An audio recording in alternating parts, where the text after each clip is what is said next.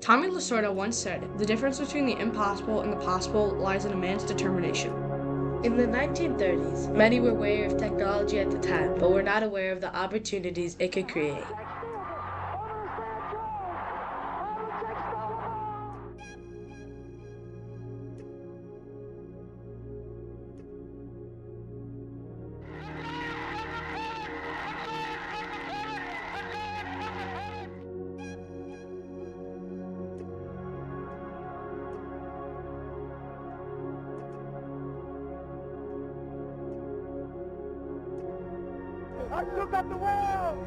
Sports have evolved from having only a few people a year watch them to having over 160 million people in the USA watch them every single month. The first televised sports game, played between Columbia University and Princeton University in 1939, greatly impacted sports viewing culture today.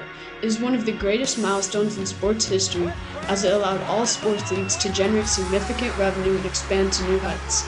This paved the path for the future of sports. Before we get to how the first televised sports game was a major turning point in sports history, we have to talk about the television and how it came to be. The evolution of technology in sports broadcasting started with the telegraph. Telegraphs were made in 1837. A telegraph works by transmitting electrical signals over wires. A telegraph has both a transmitter and a receiver. The transmitter is the telegraph or the transmission key. Wires connect the transmitter and the receiver. In the 1890s, they started to use other telegraph lines to connect Victoria Ring to Montreal for the games between Montreal and Winnipeg for the Stanley Cup. This is the first broadcasted game. Although not televised, it had audio. This audio slowly evolved. This idea evolved, and on September 7th, 1927, Philo Farnsworth, who had been working on it since 1920, had successfully designed the first ever television.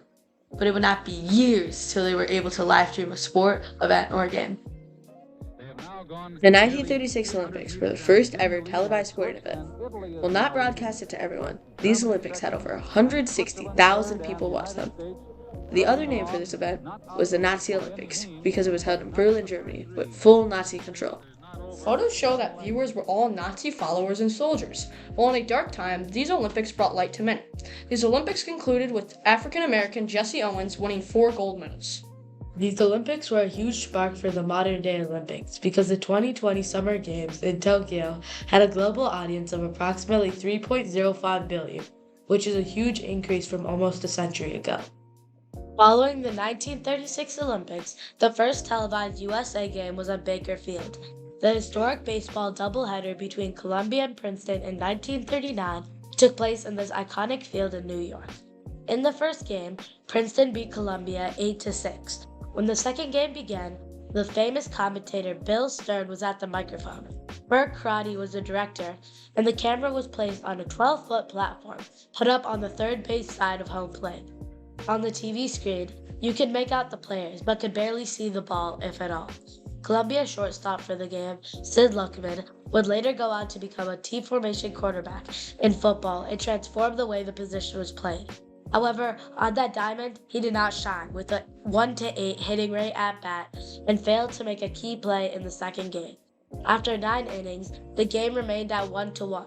Stanley Pearson hit a slow roller towards second that allowed Carmichael to score, and that's how it ended, 2-1.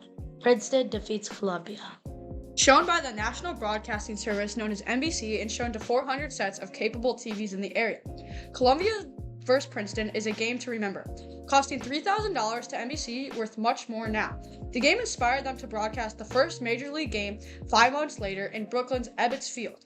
What may seem like a normal game started a trend for a lifetime.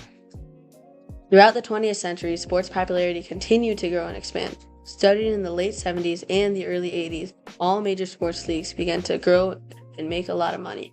Baseball still captured the nation's summertime attention. By the end of the decade, over 50 million fans annually attended major league games, with baseball's revenue at more than $1 billion each year. Nowadays, after a player retires, they're able to make an even bigger name for themselves outside of their sport with a brand. A prime example of this is Michael Jordan. He's considered the best basketball player of all time, and because of the publicity he created due to people watching him play basketball on their televisions, when he retired, he was able to create a shoe brand that has just surpassed the $5 billion mark. Even after he retired, he made $1.4 billion because of his Nike sponsorship. The shoe he created in 1985, the Jordans, are still profiting Jordan 40 years later. He is not the only athlete to make lots of money after retirement. Evan Johnson Jr., more popularly known as Magic Johnson, is another example of this. Instead of sponsorships, Johnson also invested his money in sports teams. Johnson invested in the WNBA's Los Angeles Sparks, in the NFL's Washington Commanders, in the MLS's Los Angeles Football Club, and an insurance company. At the center of his income is the Magic Johnson Enterprise, which includes movie theaters, a studio, and a marketing company. While we could go on and on about famous athletes who have had money after their retirement, money is not the only effect that sports have had on people's lives. Today, streaming services are one of the biggest parts of sports viewing culture.